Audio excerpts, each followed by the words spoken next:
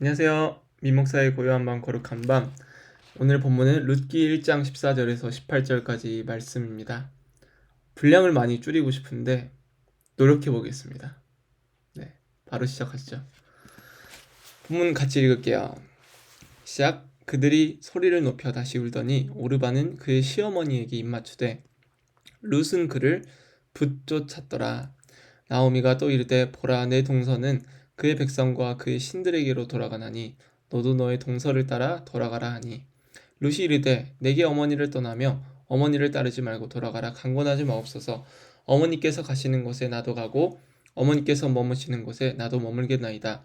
어머니의 백성이 나의 백성이 되고 어머니의 하나님이 나의 하나님이 되시리니 어머니께서 죽으시는 곳에서 나도 죽어 거기 묻힐 것이라. 만일 내가 죽는 일 외에 어머니를 떠나면 여호와께서 내게 벌을 내리시고 더 내리시기를 원하나이다 하시는지라. 나오미가 룻이 자기와 함께 가기로 굳게 결심함을 보고 그에게 말하기를 그치니라. 아멘. 오늘 본문의 배경은 이렇습니다. 룻은 어머니를 끝까지 따라갔어요. 오르바도 따라갑니다. 그런데 룻도 오르바도 끝까지 같이 갈 줄 알았는데 오늘 본문에 보면 오르바는 입을 맞추며 떠나가고 룻은 어머니를 붙쫓아요. 이 차이점 때문에 누군가는 오르바는 신앙적인 모습이 아니야 라고 생각할 수 있고 룻은 대단한 신앙이냐. 그래서 이 본문이 이제 룻의 엄청난 약간 신앙에 대한 고백, 이렇게 엄청난 고백으로 보거든요. 이렇게 생각할 수 있는데 사실 오르바도 나오미 어머니를 계속 따르려고 했어요. 어쩌면 평소에 우리는 오르바의 모습에 가까울 수 있습니다. 어떠한 어려움이 생겼을 때 하나님을 붙잡으려고 노력해왔지만 붙잡지 못할 때가 있어요. 그의 백성과 그의 신들에게로 돌아갈 때가 있습니다. 말씀을 보지 않고 친구들을 의지할 때가 있고 말씀을 보지 않고 그냥 핸드폰으로 이것저것 보며 무의미하게 시간을 때울 때가 있죠. 그러니까 사실은 우리도 룻처럼 위대한 신앙 고백을 하고 싶지만 오르바에 가까운 존재라는 거예요. 그런데 오늘 본문은 저는 본문을 읽으면서 두 가지 강조점을 찾았습니다. 룻이 엄청난 신앙 고백을 하는데 과연 그 신앙 고백이 룻 개인의 어떤 능력이나 자신의 확신 때문일까?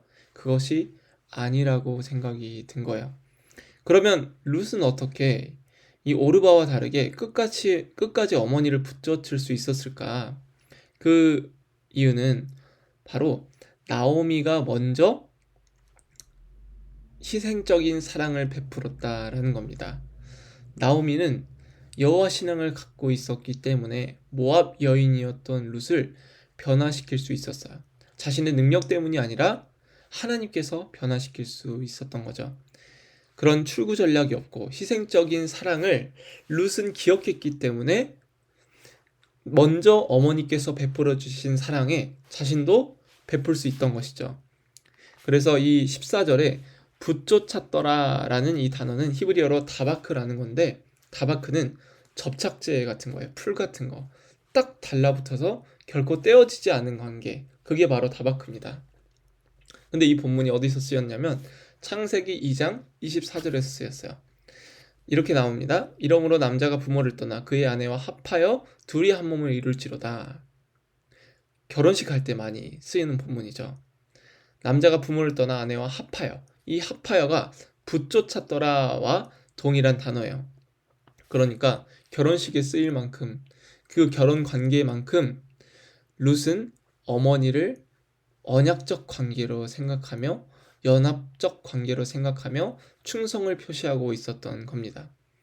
맹세할 때 쓰는 것이 바로 붙쫓았더라라는 단어인데 룻은 그렇게 어머니께서 먼저 보여주신 그 헷세대의 사랑을 따라서 룻도 어머니를 위하여 지금 헷세대의 사랑을 맹세하고 있는 거예요. 그러니까 중요한 것은 룻이 위대한 고백을 한 것이 아니라 먼저 나오미가 배경적인 헌신과 사랑을 했기 때문이다라는 거예요. 그럼으로써 사랑은 순환되는 구조를 이룬다라는 거죠. 우리도 마찬가지입니다. 우리는 개인의 신앙, 내가 어떤 뭔가를 터득하고 위대한 진리를 얻어서가 아니라 우리의 위대한 신앙적 고백 뒤에는 한 사람의 희생적인 사랑과 출구 전략이 없는 사랑이 있었을 거예요. 자유와 모든 수많은 좋은 것들을 포기한 사랑이 있었을 겁니다. 그렇기 때문에 룻이 어머니를 따라갈 수 있었던 거죠. 그렇기 때문에 16절에서 18절까지 고백을 할 수 있었던 거예요. 근데 이 고백을 하기까지 단지 나오미의 수고만 있었냐라고 말할 수는 없습니다. 오히려 나오미의 남편인 엘리멜렉 그 전체의 가정이 있었기 때문이라고 말하고 싶어요. 이방 여인, 모압 여인이었던 룻이 어떻게 여호와 신앙으로 바뀔 수 있었을까라는 것을 생각해 보면 성경 본문에는 거기에 대한 정보를 제공해 주고 있지는 않지만 우리가 첫 번째 말씀 묵상 나눴을 때 10년이라는 시간을 그 엘리멜렉의 가족과 함께한 것을 보면은 이 모압 여인이었던 룻이 조금씩 변해가지 않았을까라는 상상을 할 수 있게 돼요. 그러니까 금오스 신, 모압에 주시는 금오스 신인데 그때 말씀드렸듯이 금오스 신은 아주 잔인하고 훗날에는 사람을 제사로 드릴 정도로 악랄하고 음행하는 여자들이 많았다라고 했어요. 그러니까 여호와 신앙의 어떤 윤리 도덕적 혹은 그 신앙을 따르는 사람들의 모습과 금오스를 따르는 사람들의 모습이 대조적이었다라고 생각할 수 있을 것 같습니다. 물론 엘리멜렉의 가정은 흉년이 들어서 떠나왔지만 그럼에도 불구하고 이 나오미의 신앙, 이 며느리들에게 헷세드의 사랑을 베풀 정도면 나오미는 분명히 안식일을 지키고 기도하며 여호와 신앙을 붙들었던 거죠. 아마도 룻은 그런 가정의 모습을 통해서 자신의 신앙이 여호와 신앙으로 조금씩 조금씩 바뀌어가지 않았을까라는 생각을 해요. 어쩌면 모압 여인이었던 룻에게 이런 기도하는 행위들, 안식일을 지키는 행위들은 거추장스럽고 구속적이었을 수 있습니다. 그렇지만 그 강제가 어쩌면 강제가 이 나오미를 변화시켰던 거예요.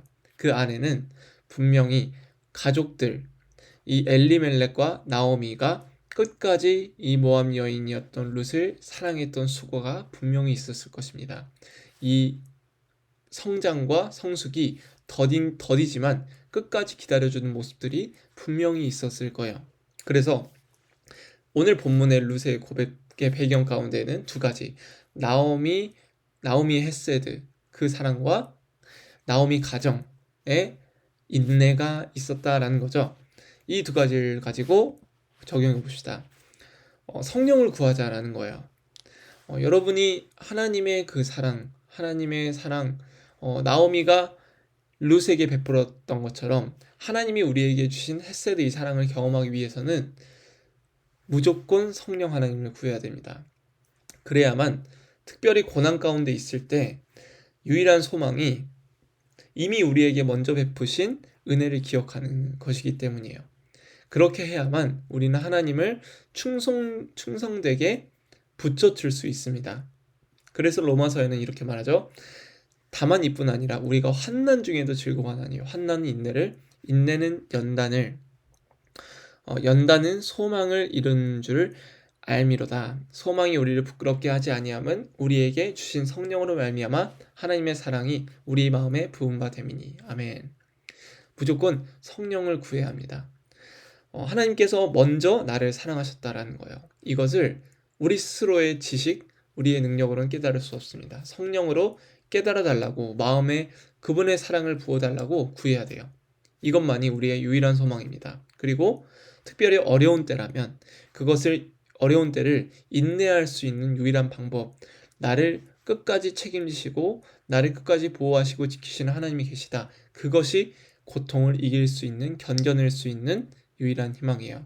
성령을 구하는 건 나와 하나님 사이를 풀칠하는 것, 붙잡는 유일한 방법입니다. 그래서 성령을 구하자는 것이고, 두 번째는 질문이에요. 교회 혹은 공동체 모임을 할 때 자유롭지 못하다는 생각이 드나요? 그때 이렇게 생각하세요. 나의 신앙은 나의 것이 아니다. 사실은 공동체의 것이다. 왜냐하면 개인의 신앙 고백 이면에는 공동체의 구속적 사랑이 있었기 때문이에요. 우리는 그 공동체가 나라는 한 사람을 위해 얼마나 참아줬는지를 쉽게 망각하는데 그렇지 않습니다. 우리의 교회와 공동체는 우리 한 사람의 미성숙을 기다려주기 위해 수많은 기도와 간구를 하고 있었을 거예요. 심지어 목회자분들도 당신 한 사람을 위해 기도하고 있었을 것입니다. 그래서 먼저 그분이 어쩌면 내가 모임을 할 때 자유롭지 못하다고 할 수 있는데 하나님께서 먼저 자신의 언약에 묶이셨다라는 것을 기억해야 돼요. 예수님이 먼저 그 사랑에 묶이셨다라는 것을 기억해야 됩니다. 창세기 15장 17절은 이렇게 말해요. 해가 져서 어두울 때 연기 나는 화로가 보이며 타는 횃불이 쪼갠 고기 사이로 지나가더라. 아브라함이 하나님과 언약을 맺는데 언약은 언약을 맺었을 때 이 언약을 깨는 사람은 반드시 죽어야 했습니다. 근데 이 횃불, 하나님으로 상징되는 이 횃불이 쪼갠 고기 사이로 지나갔던 거예요. 이게 무슨 의미냐면 둘 중에 언약을 깨버린 사람이 있다면 이 고기가 쪼개진 것처럼 그 당사자가 쪼개질 것이다. 이것을 의미하는 것인데 아브라함이 지나간 것이 아니라 뭐가 지나가요? 횃불. 하나님으로 상징되는 횃불이 그 사이를 지나간다는 거죠. 하나님은 우리와 언약을 맺으셨는데 그 언약은 구속적인 사랑이었습니다. 근데 우리가 이 언약을 깰지라도 하나님이 거기에 묶이신 거예요. 하나님이 사랑하시기 위해 구속되신 거예요. 묶이신 거예요. 우리를 사랑하시기 위해. 그분이 바로 우리에게 베푸신 사랑이며 그 사랑은 십자가로 인하여 결박된 십자가를 통해서 우리에게 증명되었습니다. 우리 이것을 기억하시면서 두 가지 기도했으면 좋겠어요. 첫 번째는 성령으로 말미암아 우리의 신분을 확신하고 이웃을 사랑할 수 있도록 인도해 주세요. 두 번째는 때론 공동체의 구속이 귀찮고 버겁기도 하지만 내게 유익이라는 사실을 깨닫고 고백하게 해주세요. 우리 이 두 가지 기도 제목 가지고 함께 기도하겠습니다.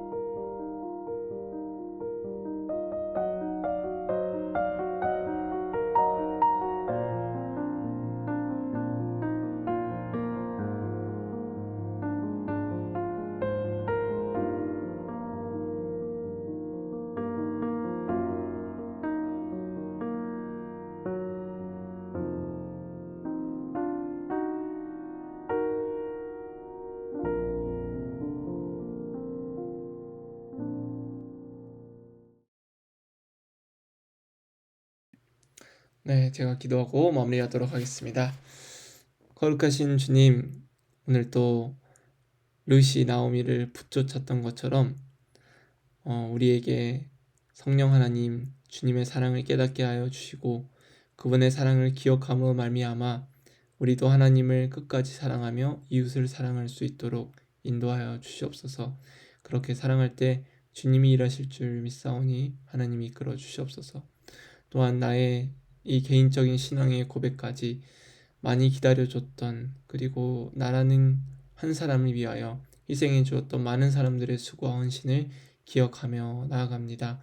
하나님, 때론 공동체가 힘들고 이것을 벗어나고 싶지만 하나님이 우리에게 보여주신 사랑, 우리를 살리기 위하여 자신을 일부러 구속하셨던, 우리와 묶여지셨던 하나님의 그 사랑을 기억하며 나아가오니, 주여, 십자가에 묶이신 그분의 사랑이 얼마나 강렬했는지, 얼마나 강했는지, 얼마나 위대했는지를 기억하며 우리가 우리의 공동체 가운데, 우리 교회 가운데에 하나님, 벗어나고 싶지만 묶여서 많이 사랑받고 양육받을 수 있도록 주여 이끌어 주시옵소서. 감사합니다. 예수님의 이름으로 기도합니다. 아멘. 여러분, 오늘 또 승리하시고 하루 잘 마무리하시고 내일 또 오늘 말씀 기억하면서 살아냅시다. 화이팅!